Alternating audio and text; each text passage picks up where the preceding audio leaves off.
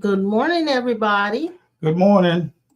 Good morning to you guys, and welcome to another Sunday morning here with us, Sawyers, and this is Cornerstone's live stream Sunday gathering. Let's see who's here. Let me remove these banners first of all. Let's see what's going on here. There we go. Let me put up there who we are so everybody will know. Okay. I'm going to start backwards this time. There's Kathy. Hey, Kathy. Hey, Kim. Kim, Kathy. There's Vern. What's it? Vim. Hey, Noel. Good morning. I am just backwards today. I said good afternoon, and it's morning. Anyway, hey, Brother Blue and the family. Hello, Sinette. She said in windy Denmark today. It's windy here too. Yeah, we had a little cold front come through, but it's not cold. It's just nice fall weather, and I love it. I absolutely love it. And I've got sunshine coming in my window. Hey, Brother James, I wanted to call you, sweetie pie, yesterday, and we had somebody come in and got me off track, but I want to make sure you're all right. I'll check on you later to see how you and Kelly are doing. Hey, Dee Dee and George. Good morning, Pastor Norman. Good morning, everybody. And good morning, sis and brother-in-law. They were first ones in this morning. Oh, okay. I got a pot of vegetable soup on the stove. I'm going to make some cornbread afterwards. That should be good. Yeah. Let me get rid of this sun. Talk while I do this, son. Well, I hope you guys have had a good weekend, part of it. And we are here to point you toward what you already know, but point you toward the revelation of it. Because knowing it by mind is not really enough. That's true. It has to be the heart that flows from the heart to the mind, and then you eventually will learn how to hit the switch and put the mind to the curve. Lay it on the side until you get ready, to use it. That's what I want to say. That's good. Hello, Delphine. I'm glad you're here, sweetie. And then there's Jill. Good morning, Jill. Dr. Jill. Good morning, Miss Jill. Lisa. Hi, Lisa. And Sandra's here. I'm so glad you guys are here with us this morning. Listen, let's do our meditation, affirmation, prayer, whatever you want to call it. Baby girl's over here waiting for her treats. So if you see her moving around, those of you who don't know anything about baby girl, she's our dog, and she will move around when she finishes her treats. Good morning, Adele. Hey, Dale. Good morning. All right, let's do our meditation, affirmation, and center ourselves in. And you always hear me say this, that right now, this particular hour, probably the best hour of your day, in the sense that you are now going to leave the world of your senses and the world of your mind and move into that realm where all that is God, and all that is love and life. We're going to move away from the concerns of our day. We're going to move away from anything that the mind may be focused or centered on or obsessed with. Even leave the body in the sense of whatever the body is feeling. Let's put that aside for a moment. Let it be there. Don't try to resist it. Let it be there. Feelings, don't try to resist them. Let them be there. Just at this moment, be present. Be right here now. Okay? Good morning, Oliver. Good morning to you all. I'm glad you're here, Oliver. All right, let's just do this. I'm going to first do this. This came to me this morning to change some wording in this particular one, and I want you to follow me either by listening or you can repeat after me, whichever is easiest for you. And if there are a lot of distractions around you, I'm hoping you can find a place where it's quiet and still. But if not, that won't change what you are and what is true about you. Good morning, John Greason. John Greason. All right, take a deep breath in and now release it. Let's take another deep breath in and now release it and let all residual tension go with it.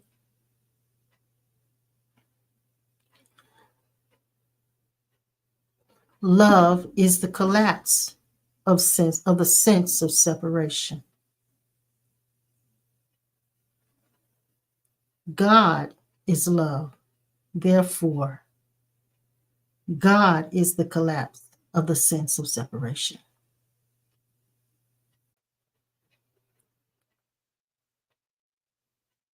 God is love, and love is the desire to remove the gap.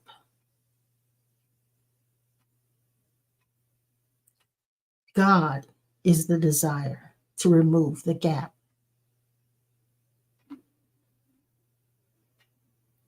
Love is the desire to be one and not two. God is the desire to be one and not two.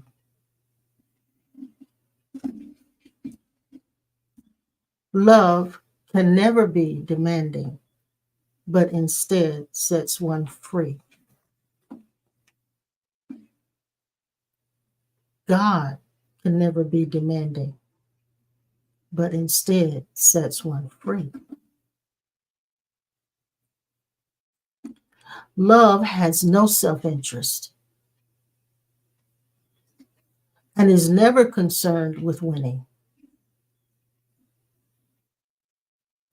God has no self-interest and is never concerned with winning.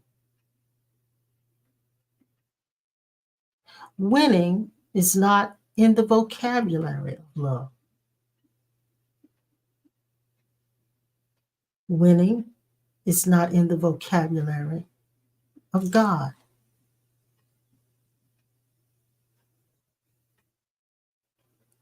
Love has no reason to love. It just is. God has no reason to love. It just is. Love desires nothing from the other. God desires nothing from the other.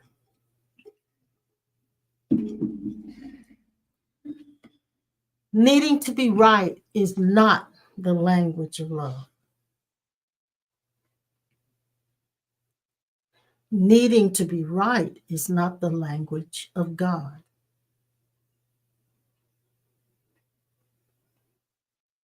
Love holds no position to argue.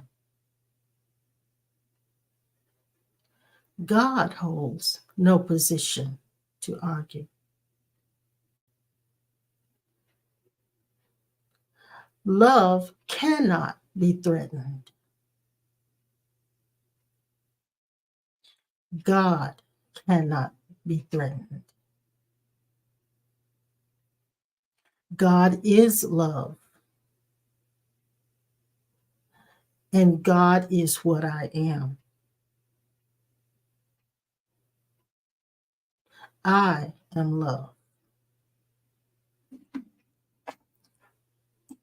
Now let's do this one. The prayer of the heart.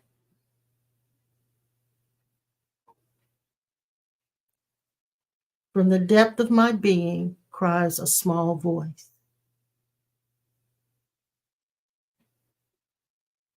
Barely heard, and yet a whisper that cannot be missed.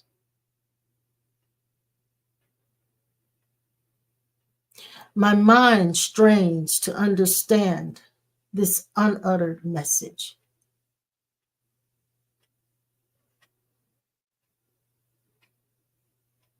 only to realize that it is myself that is speaking.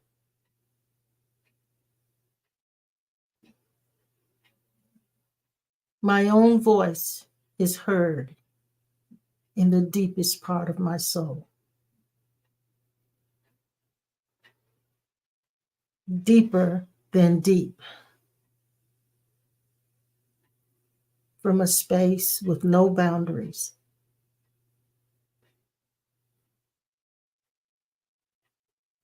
From a place that is so silent, it sounds as if it is shouting.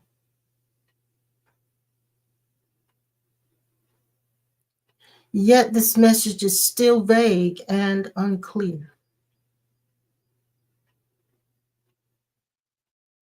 My heart cries, speak to me. Speak to me, O Lord.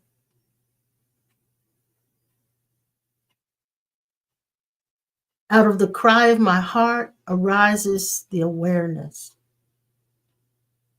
that the cry itself is the message. It is the prayer.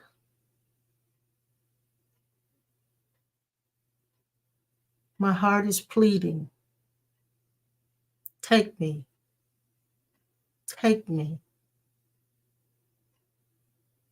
Consume me completely.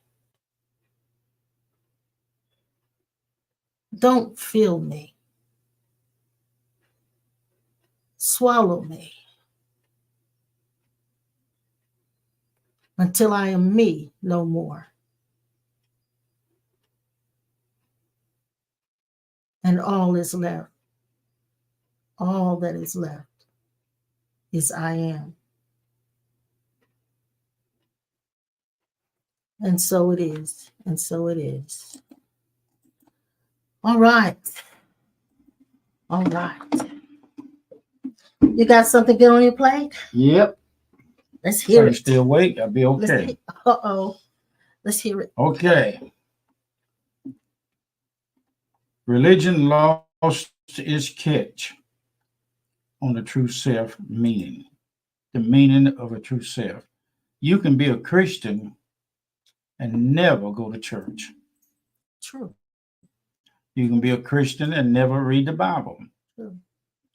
Now, these are mystical things I'm saying to you because some people are conditioned that there's a certain way you got to come to God or come to somebody that's already present with you. Mm-hmm. God is present with every human being or every being on the earth and other planets too. It's called waking up when we see, and this is the clue, when we see everything as divine, everything is changed. Now, I remember that morning when I had this experience with Jesus, the Holy Spirit. As I went up the street looking at the buildings and the houses, I could tell my perception and awareness was completely changed. And that to this day, I still look at places, people, and can see things different than what I used to. There's only one awareness, and that awareness is universal. Mm-hmm. We are the all. We are the all that heart. Oh, here it is. We are the all that consciousness is. Yes. We are the all Yes. of what Jesus is. We are the all what Christ is. We are the all of what the Father is. We are the all of what each other is. Mm-hmm. Each of us, if you break it into separation, we and they are all of one consciousness in this earth. There's only one consciousness. There's only one. Yes. Okay. Consciousness beings are the light and they look at the light. Mm-hmm. You can look at the light and be the light. Yes. Most of the people that I've investigated in near-death studies, when they up out of their bodies, they see the Christ but most of them don't hardly say anything about him being them. True. There's something Maybe a else. few of them. Yeah, and there's another thing that near deathers I've noticed in their testimonies that Mhm. they mention is that they often have the ability to be certain things, Mhm. different beings. Mhm. Like you said, you can be the light Mhm. or you can simply see the light. That's right. That's right. And you have that choice. And we have that choice here now. We can be the light or we can simply look for the light or even expect the light to cover us. Right. Um, but it's some, and we can be the one that is being spoken to, or we can be the one speaking. Mhm. We have that choice. Yeah. Oh, yeah. Yeah. Well, that's Christine. Sister Christine there. Mm-hmm. Miss Christina, thank you for the gift. Yeah, she always sends a little something in the Yeah. mail. Thank you, We thank you sweetheart. with great And a sincere. beautiful card with Yeah. that. And I keep those cards when they come in my prayer Yeah, closet. I keep them yes, there all the time. yes, he does. He does. That's his prayer list. Yep. I keep them. Sometimes I put them on my lap and just Mm-hmm. go through them. And Mm-hmm. I do that special for everybody. Yep, we keep the cards. Ego is what the light. I don't know what I wrote something in here. You can't read your shorthand. Yeah, and I got it crossed up here. It's gotten cold. You can't read your Ego shorthand. do not like for us to wake up to our awareness or to awareness to wake up. It don't want awareness to wake up because separation is the gospel. Oh God, I got it. I got it. Separation is the gospel of the ego. Now watch Okay. this. Ooh, Okay. I felt that. I Yeah. felt that. I said, Yes. "Ooh, wait." Yes. When I wrote that, I didn't pay any attention, but now, Yeah. And then I think in the course that it talks about the ego has developed its own uh salvation. yeah, It's process of salvation. Yes. Wow. That's good. That's good. I like that. The awareness is our real self, Mm-hmm. but ego uses its own light and is the one looking for the light. Now watch this. Ego is the one that is looking for God and never find him. But if you do find him, you have found, if you found the true Christ, your true identity. Let's put it like this. If you find a true identity that you are, you will find Christ in everybody you meet. Yes, as well as yourself. As well as yourself, because Christ is the eternal self. Yes. Can I mention something? Yeah. I've been working in the backyard. Of course, we've got all this wooded area, lots of trees and stuff like that. So we've got all these limbs and things that are falling down and leaves, and it's just a lot of brush. So I set my heart to clean up just a little bit of it. I didn't want to do a whole lot, just a band-aid. And there's a lady here in the neighborhood who drives her golf cart all up and down the street every day, just about, passes our house. She decides she wants to help me. She's a very small, petite, frail woman. She got out there and in those bushes and all of that wooded area and went to town cutting things up, pulling it to the street. I mean, and I told her I just wanted to do a little, and she was determined, as frail as she is, to help me clean it all out. She did. To the point that I was concerned about her, but I realized you actually to leave and rest. She and won't she do said, it. "I'm going, but I'll come back." And she would come back and do it when I wasn't even out there. My point for saying that is this: I had a realization yesterday that Christ came to its aid, its own aid. Yeah, he did. And to that's what we always do. To fulfill a prayer. Mm-hmm. Christ came to Christ in the form of a frail white woman who was determined to help that prayer be manifested. Mm-hmm. And I realized that yesterday. And you said to see Christ in everybody. Mm-hmm. I realized Christ appeared to itself to get that done. Okay. Okay, that's good. So it isn't just a little white woman that helped me. Mm-hmm. And the little white woman didn't come to just Antoinette, Mm-hmm. but it was Christ coming to itself to cause something to take place in this earth plane that it desired. Now, looking at the light is what most of those people do when they have near-death experience. Not all of them. A lot of very seldom. A lot of them. Very seldom do you hear them saying. Once in a while, you read where somebody found out that they were one with Jesus. Only those that I've looked at, now not all of them. They haven't gone far enough to find out that they are the light. Because some of them see the light coming, and when it comes, it's Jesus. They see the light coming. You never hear much about the light that's coming is coming to itself. Exactly. And a lot of people pray in their spiritual prayers. They'll say, I cover myself with light, or I cover one with light, and I send light to them. But that one it's being sent to is light. Yeah. Yes. And so as I went on looking at this, you have a prayer that you pray a lot of times when you're praying for their healing. I do. Yes. You say this. You say, I command that. He said, I call everything into attention to respect the presence of God, or the office of Jesus in Christ. This body. I remember that. Yeah, that you do. Say that again. I call everything into attention to respect the presence of God in this body. Wow. Now, I've heard you pray that prayer quite a few times with people, or that declaration. Yeah.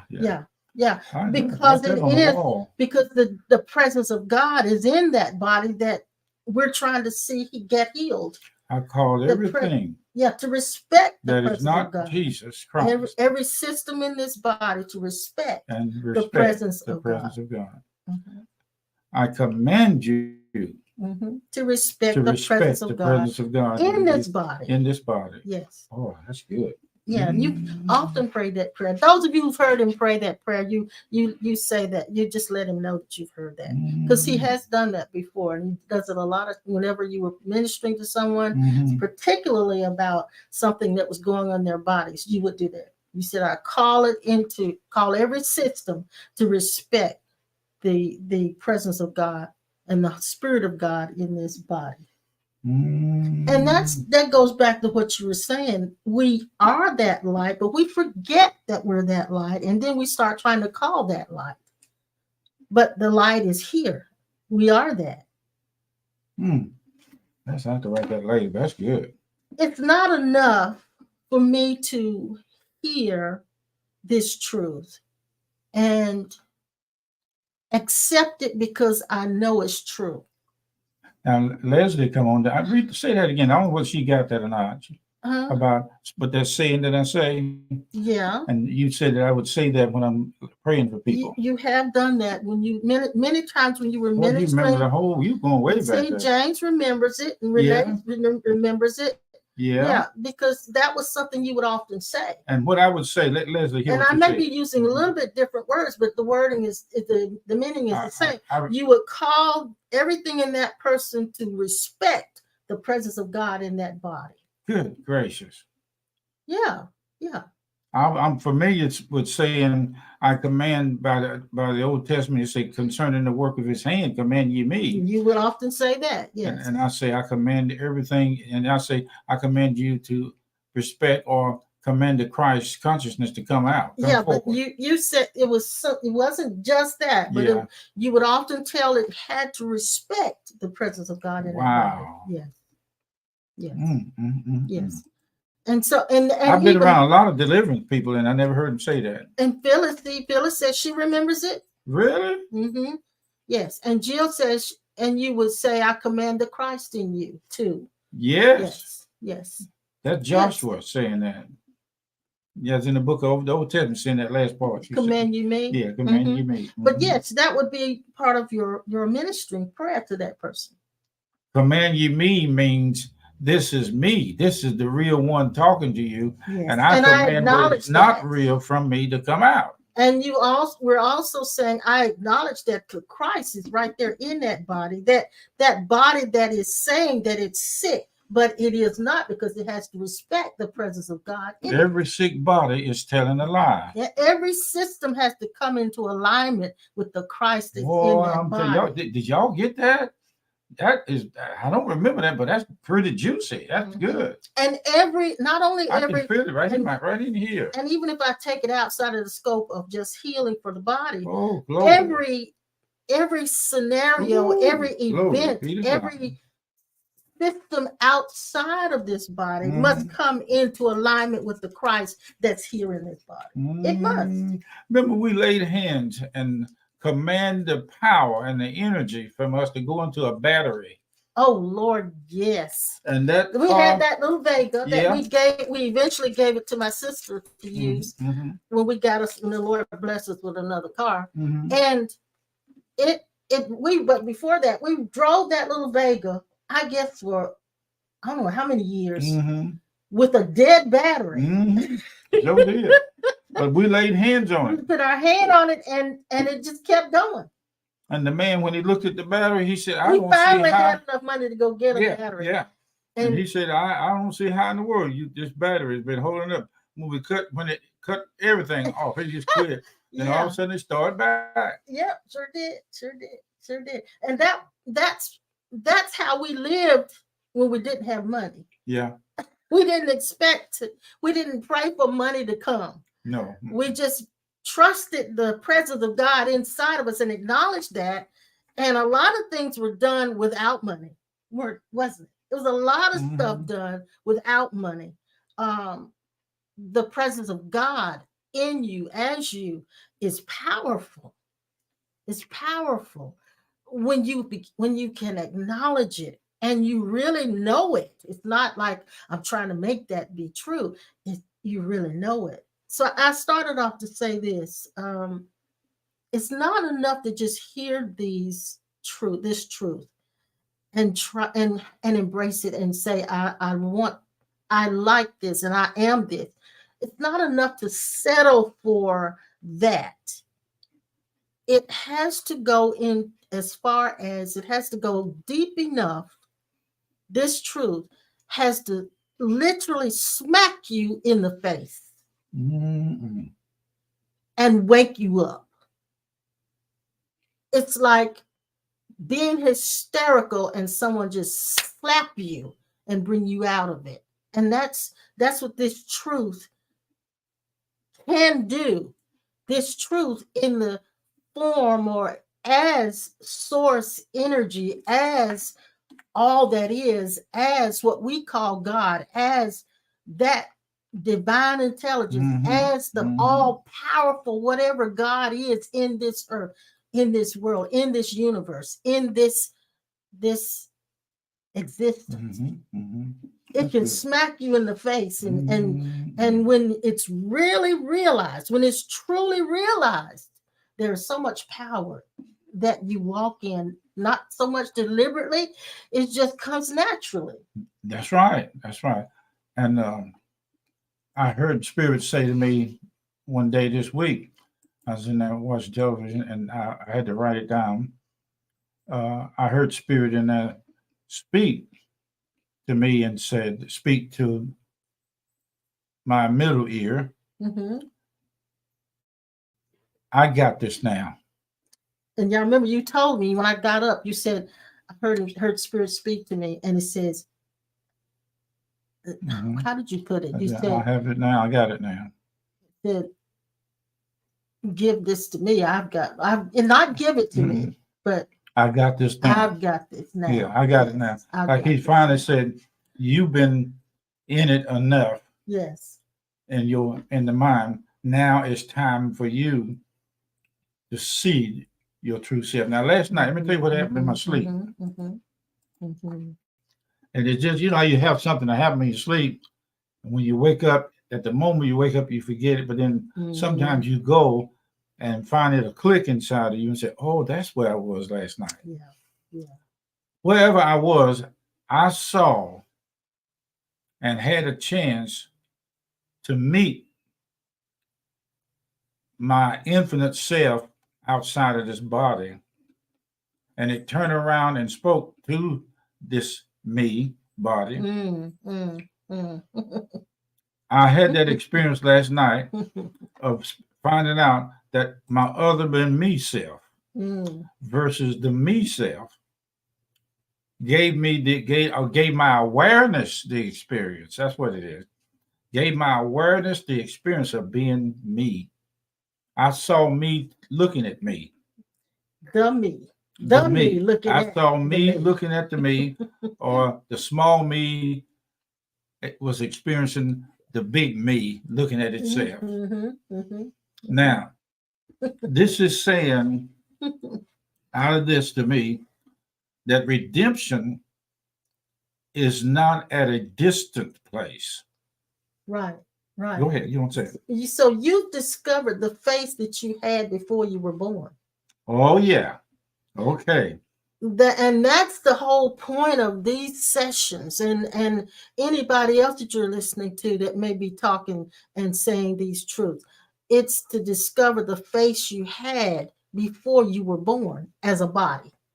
Jesus often made the statement that in the garden, he made the statement that he could, if he wanted to, he could speak to the Father. Now, and then he could call angels or whatever. Yeah, he could do all of that. Now, let me share this with you. There's not too many people that can handle this commanding God identity. Yeah. Because ego will slip in there. Yeah. And become the false side of that. And people will start using it just for the sake of something happening. And you're right, because the ego wants to feel powerful. Yeah. But this works even when you're feeling like you're the weakest thing in the world. It has created its own Christ. Wow. And I heard him inside say, Here's another thing I want you to learn. Learn how to use the tone of your voice talking. And I think Miss Christine may know something about this. Singing from your stomach instead of from your throat or your head or your nose. There is a way you can talk, and I feel it now. Down through here, I adjusted my tone. So while I'm talking to you, it's like it's an invisible vibration going down. It starts, and I can feel it. I can go in my prayer room and start praying, and I can tell where, with my awareness, I can tell where the sound is, and then move it. Yes. The way I move the sound. Now, this is a clue to training dogs. You just said something powerful there. We can relocate our conscious awareness. Now, that's travel, or not travel, but in the body we also. Can relocate it out of the body conscious, or I should say self-consciousness. We can move it away from that to being that light or God presence. We can relocate it as being that God presence. Yeah. And there are thousands of us. And when we go to school, they train us to use our left brain awareness. Use the part of us that's infinite. I'm getting something. I hear something.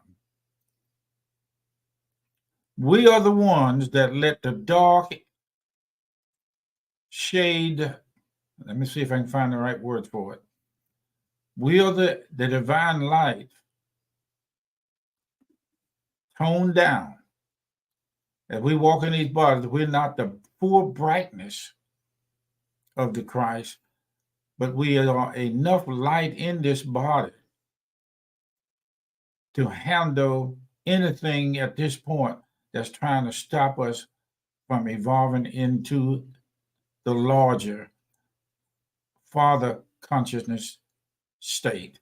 I'm not saying exactly what I want to say, but I sense it in here that what I'm trying to say is correct, because there is a place in you where you can be a dim light, medium light, bright light, and then they all encompass All encompassing. yeah, all encompassing the fullness light. And we tone it down when we come to earth to get in this body. And then we'll go back. Jesus showed that on the Mount of Transfiguration. Peter, James, and John, I think they looked at God. Looked at God in the sense of being Peter, James, and John. They had the opportunity with their eyes to see Moses and Elijah come out of Jesus. Yes. And Moses and Elijah were nowhere else. That's right. They were always in Jesus. There's always in Christ. They were always in Christ. Now, people always say, you done left Christ. You're not in Christ, guy. You done something to backslide, and you've done a blasphemic thing. Let me tell you something. What you just said don't get on God, baby Jesus' little nerve. At some point, we have to leave those elementary concepts. Yeah. Of being able to fall out of God. And there comes a time. No way you can. There comes a time when you need to talk about yourself different. Yes. Now, Sister Chris is responding back to what you said about speaking from way down within. She says it's from the diaphragm. Yeah. Yeah. Deep within. Yes. Yeah. Yes. Now I'm doing it now because I feel the vibration on through it. It's real faint. And in order to speak from consciousness to consciousness, as consciousness, you have to go as deep as you can inside of this that you are. Oh, I'm in Lowe's. You have to come out of your head. Yeah. Okay. I'm in Lowe's. I'm walking by, and a lady or man is approaching me, and I look at them and can see him inside of them. So what I do when they get to me, I said, "Can I tell you something good?" They say, "What is it?" I say, "I see in your heart. I see the Christ in you." Now, that's what I was trying to tell Dale Singh yesterday. There's an easy way to approach people without being religious at all. Say sanctified and you going to hell. Have you accepted Jesus? No. You can even not even say the Christ in you. I can see love in you. Now you can say that. Or I can see love all around you. Your head is waiting for the Christ that you are to show it redemption, so that it will no longer in this dimension obstruct the Christ consciousness from being fully expressed. Wow. You said something just now about yesterday when talking with our friend who said she had talked to a lady at the store and said, "Can I pray for you?" Yeah. Which is nothing wrong with. Yeah. But there's another way. Jesus even practiced the way that you're talking. The woman at the well. Here's one. The woman at the well. Prayer is a statement. Yeah. The woman at the well. Yeah. He said, "Who's your husband?" Where? Okay. No, where is your husband? Yeah. Where's your husband? Yeah. He struck a conversation up with her. Now you see how that worked? He struck up a conversation with her that went directly to the point of her life. Yes. The crucial point of her life. That place where he would have an opening. He created an opening with his conversation. Yeah, you can do that. One lady I passed in Lowe's, she was walking real fast, one of the employees, and I said, "I see Christ in you." She said, yeah. Don't let that look of a bad air about people make you not stay centered. Yes, but in the case of Jesus with the woman at the well, he just simply said to her, he didn't say anything religious to her at all, nothing spiritual. He said, "Where's your husband?" And you know what? That's good. That opened her up. And the conversation went further and went deeper after that. Okay. Yes. She got that word, a DIAP. That's diaphragm. That's Sister Chris. Oh, diaphragm. Yeah, I just said that. Yeah. Okay. Now we are Mm. That while you're getting your thoughts together, you made me remember years ago I read about a saint, a Catholic nun who was living in a convent. Mm-hmm. Her name was Bernadette. I think it was Bernadette. Mm-hmm. Don't quote me on that. And she had to serve by doing a lot of menial, heavy duty cleaning tasks and things like that. And she did that without ever complaining her entire life. The day she died, when they took her clothes off, they found out that she had cancer that had gone all the way through her body the entire time she was doing all of that. And nobody ever knew because she was practicing the presence of God in her body, which overpowered all of the sickness, overpowered all of the complaints of having the sickness or complaints of having the pain. It overpowered, overshadowed, and she was able to move and live as though there was nothing wrong with her. That's the power of the presence of God inside of us. Isn't that something? Now, Sinette's got a good comment coming. She says, I always enjoy just insisting in seeing Christ in people. Yes. Do. Even when they're unlovable. Yes. Ooh. When they're really hard on playing the specialness game or separation game. Yeah. It gives a humbleness and a calmness. And you're so right.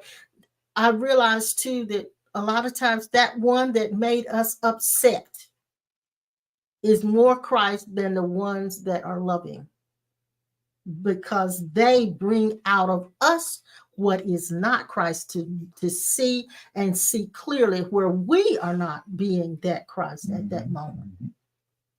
And that's something. Well, the ego is what, watch this. The ego is what like looks like. Ego is like when it looks like.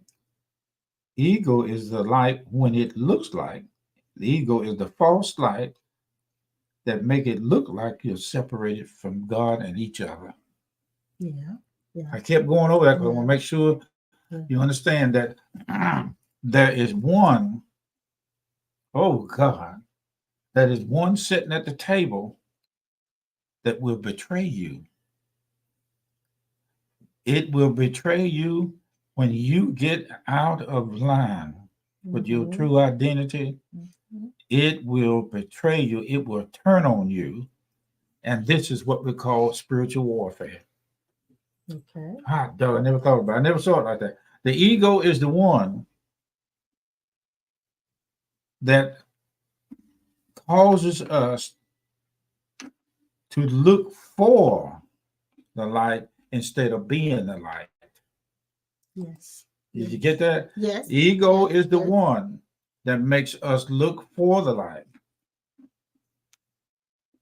and not be the light. Yes. I love what Sonette just added in this second comment. She says, yes, that is the hidden gift. The hidden gift is that when that person is unloving, unlovable, you see Christ in that one, because it brings out of us what we are, where we are not being Christ at that moment. She says we can invite to the surface when the other shines the light on it for us. Now listen to this. That's good. That's good. That's good. So, we often want everybody to be sweet. Yeah. We want everybody to be kind. And we want everybody to be nice. But if they were, then they would never throw the light on that is not kind and nice in us. Now watch this. Ego is the lie of looking at each other like we're separated. Exactly. We're always appearing to ourselves. Always appearing to ourselves. Christ, Lord, I'll tell you. Christ coming to itself. Okay. It appears as the separation of states, countries, regions, neighborhoods, community, and communities. houses, Ooh. And hey, it's the big yards. lie that causes one pastor to put a church right next door to a church. One restaurant right next door to another Yeah, restaurant. yeah. Yes, it's the whole entire egoic world is compartmentalized and To separated. sum it all up, ego is the big lie. So living in this world of separation, being unified is a whole different ball game because we're used to separation. But when unity comes into place, or unicity, and you're unified and you begin to be unified with others, it's a whole different world. Oh, it's just a different world. I Okay. say this. Ego goes to the hospital Mm-hmm. to visit someone, and it makes that someone, the visitor, see the patient under the big lie. True. The big lie is that there's somebody in that bed that's sick. That's the reason why Jesus said, I was sick and you visit me not. I was hungry, you didn't feed me. And the reason why you can't see that is him in oneness with all, that person that you're giving to, you can't see him as one, is because the ego has developed and impressed the big lie on us that we are individuality, separated from each other. Yes, yes. And all the other And as you said in the very beginning, there is only one consciousness. Or we can say like there is only one mind, and that is the mind of God. That's right. That's right. Yes. Marvita, good morning. She says the ego is the self-study work that enables us to elevate. Those are the pop quizzes and tests and exams. When we pass, we go to the next lesson. It is the one that put in the Bible. I'm gonna say it now. It's the one in the ego. The ego put in the Bible by renewing your mind with the word instead of renewing your mind with the Christ. I can say it another way. Instead of allowing the mind of Christ that's already there to come forward, it imitates the false Christ in a lot of us. Yeah. So that says to me, if in fact I am in a situation where I'm interacting with someone who disturbs me greatly, is hard to see Christ in them. Yeah. I'm realizing now that the reason I'm in that situation is because they are the light, throwing the light on that is in me that is still egoic. Because if there was no egoic separation mind in me, there would be no disturbance. That's right. So when that disturbance is there, it is the sign or a symptom of also being in separation or living in that belief in separation. So Jesus said this to Judas when they came to get him after Judas betrayed him and sold him out. He said, "Hello, friend." So did. The disturbance was not there. In fact, Jesus said, "What you do quickly." It's amazing how he and called that it it friend. has to be done for certain parts of his life script to be fulfilled. He never got disturbed by Judas. And it's almost like he said, you cannot avoid this. You cannot procrastinate this. Yes. You're going to be the one that caused me to go to the cross because it was agreed in the heavens by you doing this. See, a lot of people don't go that far. They need to understand Judas wasn't just doing something like he just a devil and got the power to just do anything he wanted to do. No, he was under contractual agreement before coming here that area would be revealed, would be exposed. And Jesus didn't pretend not to be disturbed. That's right. So that the situation would change. That's what we usually do. We pretend that we're not disturbed in hopes that the situation will change, Mhm. in hopes that I will get out of this particular situation. But it has to be a true surrender. The true surrender is I am determined to see Christ in this person, whether Mhm. it changes or not. Yeah. Now that's good. Lord mercy. Whether it changes or not, I am determined to see Christ in and as this person because I'm looking at myself. Christ must see itself in each of us. Oh, boy, she wrote a lot there this time. Yes, I know. We got them stirred up, I guess, huh? Mhm. And that says, as we co-create the situation, I've started to ask, what is my hidden gift?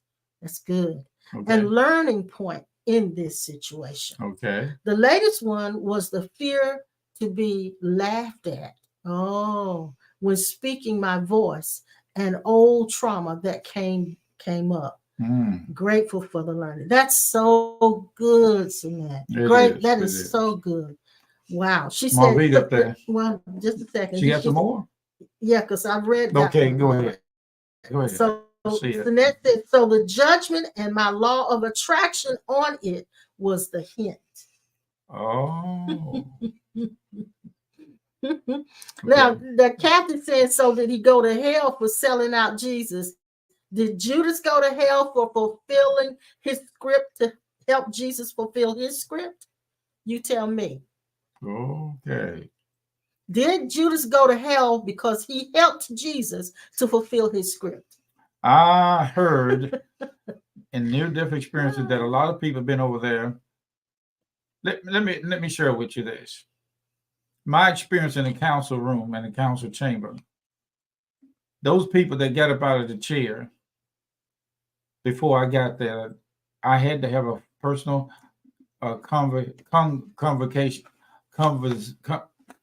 conversation with Jesus. Mm-hmm. And I was me, the angel, and Christ was there, but the rest of them miraged themselves back in behind the curtains on the wall.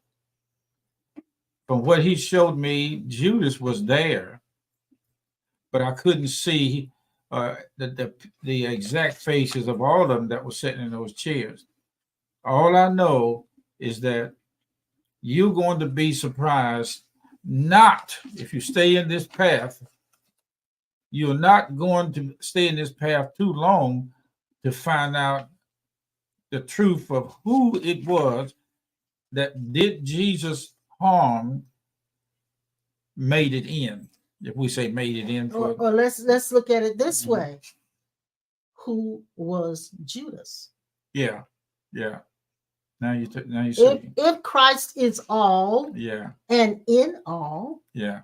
who was playing the role of Judas? Okay. See, and this requires that your religious mind be pushed to the side, because our religious mind says he had to go to hell because he did this, he betrayed it, da da da da da. But if you jump out of your religious mind and use your spiritual reasoning, you cannot say, because Jesus was never disturbed by Judas, you cannot say that God was angry with Judas for doing what he was supposed to do. Because he, in actuality, it said in that he called Judas his friend. He said friend. Yes. Yeah. He said friend.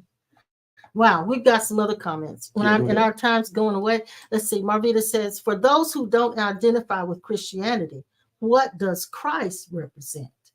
That's a good question. The Most High God in the flesh. Would that be an accurate description? I'm not an expert. I don't want to come across like I know all of the answers. Yeah. Because I don't. But to me, Christ is not a body. It's not the body of a man called Jesus. Jesus, the man, had to find the Christ within himself. And he walked it out till he was that. For me, Christ is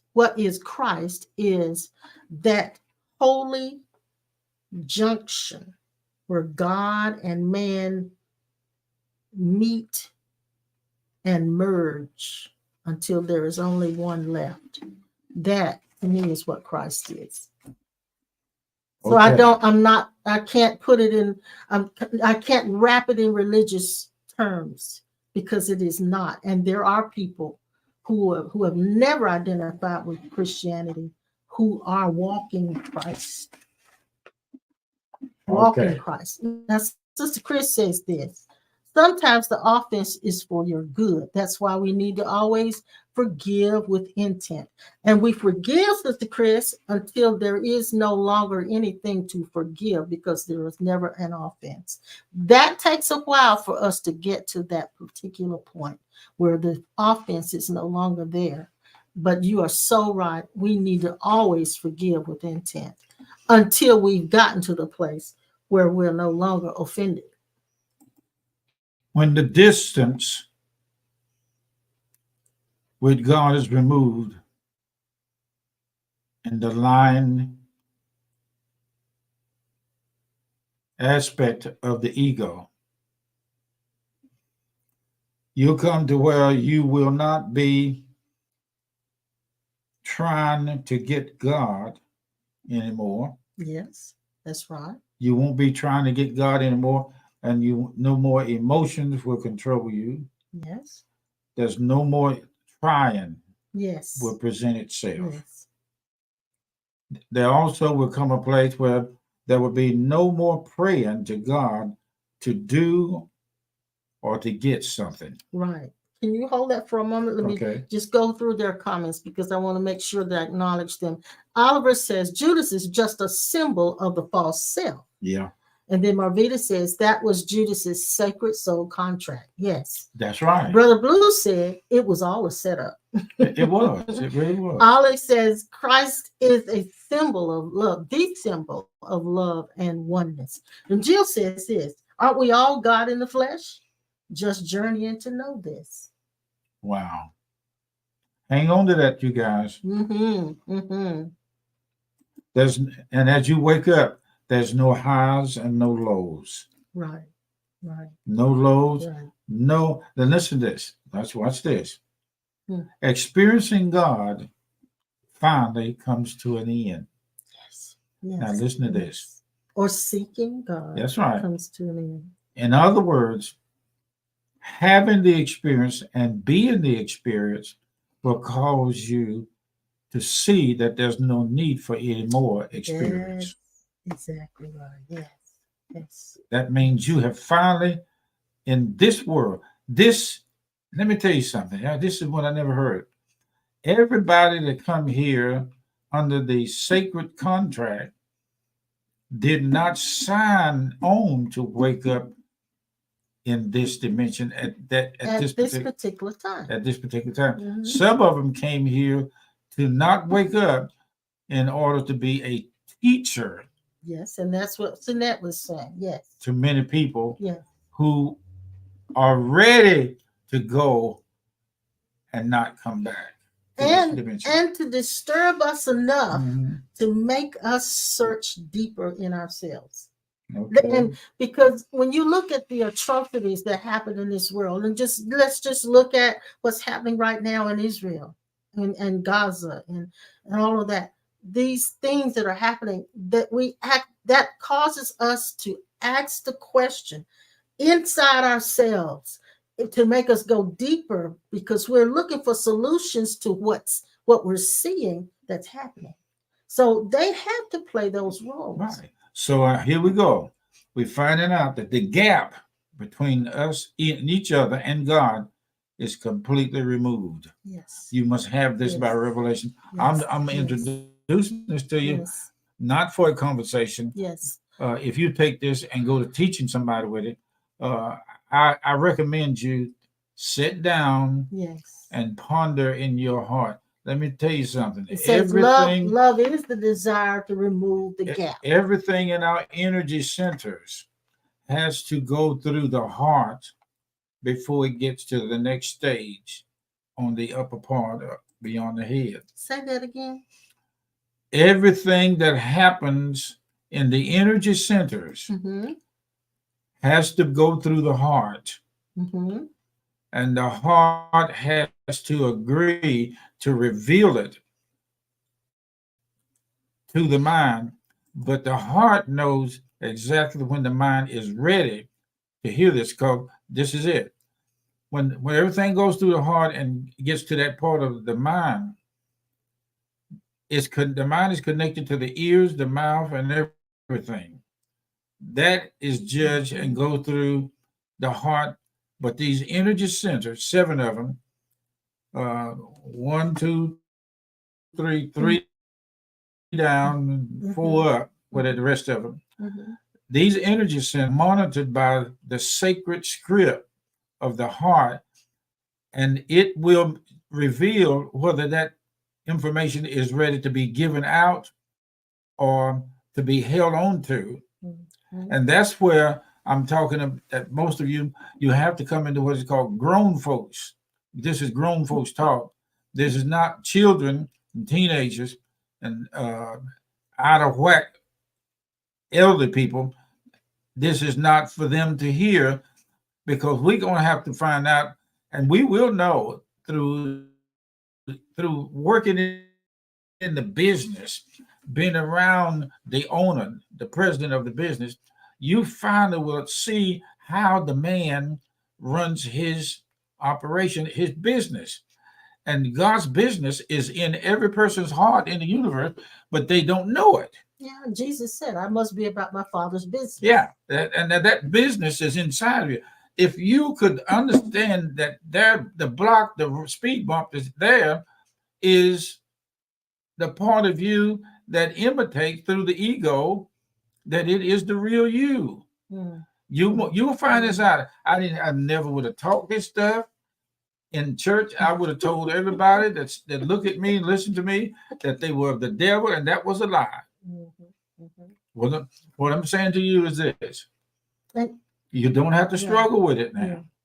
Go ahead. No. Go ahead. You don't have to struggle with all information coming from God is not from the mind.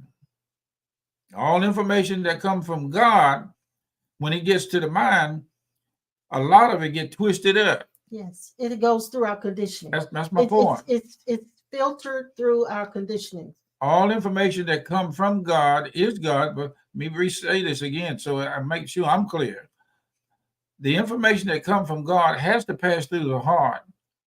And if that's why the book says the heart is deceit, all kinds of bad, lasciviousness and all that. There's an upper layer of the heart that is completely in agree with separation. But then the real part of the rest of the heart is the brain of God. Now, please understand this, because we want everything to be all white or all green, all different, all kinds of all white or all black. Yeah, I'm speaking in terms of we want our hearts to be all kinds of stuff and for the wrong reason. But anything that goes through the heart that comes out of the heart, by the time it gets to the mind can twist it. Exactly, because it does come through all of the things we have experienced in this earth plane. And so it gets some distortion. Yeah. It's like pure light going through a prism. Once it hits the prism, it is fragmented. Oh, I hear so it. even though we receive a pure revelation intuitively, by the time from in the heart, by the time it reaches the mind, it's when it hits the mind, it's fragmented.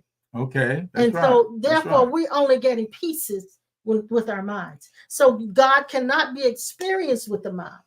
I saw something the other night on a documentary where man said all the blood in our bodies has to go through the heart to be filtered. Yes. With the what you call these parts down in here, the kidney and liver. It works along with the heart. Right. Now, but there's a part of the heart that is God. They're not the fleshly heart. They're not the fleshly now. The heart of God's heart. We actually are the eternal heart of Jesus. in these bodies. Mhm. He is the eternal self of our hearts. He is the heart. Yes. Jesus is the eternal heart. Jesus is the eternal heart of all of us. Jesus is the eternal heart of all creatures in the earth. The life force of Jesus is the eternal essence in the heart. And a lot of us won't go to the heart because the ego is the decision that I must find something of God without my heart being in it. Yeah. It's Wrap it impossible. up because Yeah, we're at the it's end now, impossible sweetheart. for the heart to not be involved in these events. Yeah. Okay. Yeah. We are now over an hour, so we're Yeah, going to we're end gonna have to here. go. And But I want to make sure that you guys do this one thing for me. I want you to hit the like button. And if you haven't subscribed and you're on YouTube, please subscribe. Also, I wanted to mention to you when you're giving to please continue with your tithes and offerings to Cornerstone itself, the church itself. You can go to the website, which is thecornerstonelifecenter.com, or text to it, CLC Greensboro to 73256. And of course, you can mail it, P.O. Box 36259, Greensboro, North Carolina, 27416. Or you can use the paypal.me/cornerstone. You can see that on your screen. If you're going to bless Pastor and I through Cash App, we appreciate all of your gifts. yeah, And thank you so we much. really appreciate But it. I need to say this, of course, and some of you may know this already, that the IRS is going to tax Cash App gifts to pastors or whoever else.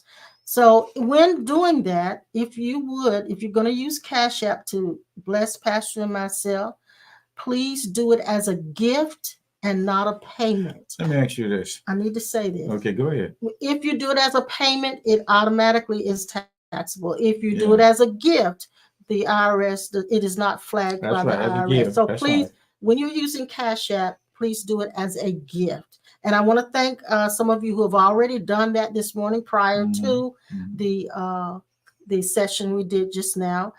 Thank you for some of you are doing it during the week. You don't always wait till we're live. So thank you, thank you, thank you. And for all of those who may look at this video after the fact, when as it's recorded, go back and look at it and give to us. Thank you in advance for Now, that. there are some people like Leslie and Sister Christine that have my address. They can use that if they want to send us if necessary, whatever you decide to do. But we want you to understand. I was going to ask you, do you should think everybody know how to use the Cash App and the transfer funds to us? Some don't know, But can you take but through it's just very simple. yeah? Can you speak to them about that? Well, not really. Yeah. Okay. Not really. I mean, I could, but I don't want to be the one to do that right now. But it is a really simple thing to do. Yeah, because some people may want to give this listening that don't know how to go through that system to get it processed into our well, Cash I App. need to say this, and Jill always posts things in the comment section. Okay, yeah. As to how they can give. There are links that they can click. That's good. Now I'm glad you said that's what I'm and talking pay. about. Yes. You're a good old soul, girl. That's what I'm talking about. We're not as for that I'll scratch your back. Okay, but that's all right. Okay. We're not as tech savvy as some. Yeah. So we don't know how to set up apps and all of that stuff. So, or those, what do you call those little things that you scan? Yeah. We don't know how to do all that. But if you know how to do it and you can do it for us, that would be great. But anyway, in the meantime, we're going to take off and we'll see you again on Tuesday at 7. We'll be back live and in color. And again, thank you so much. I think this Thursday we're going to cancel Impromptu because you got a major appointment you've got to attend to. Yeah, I got a doctor appointment. So I will make sure that I announce that again on Tuesday. But we will be back on Tuesday night and see. Please be affirming with me when I go. I'm gonna tell you what it is right quick. I'm supposed to get needle injections in my back and hip. Some injections that will help me to walk, to be more mobile, and relieve you of some of the pain. Hopefully it will do that. So be affirming with me that the angels of God, which we already know. We call every system in your body to respect the presence of God All right. in that In body. that body. That's right. Ooh, my, I feel it. Okay. All right, you guys, we love you, and we'll see you next time. Okay. Bye-bye. Bye-bye.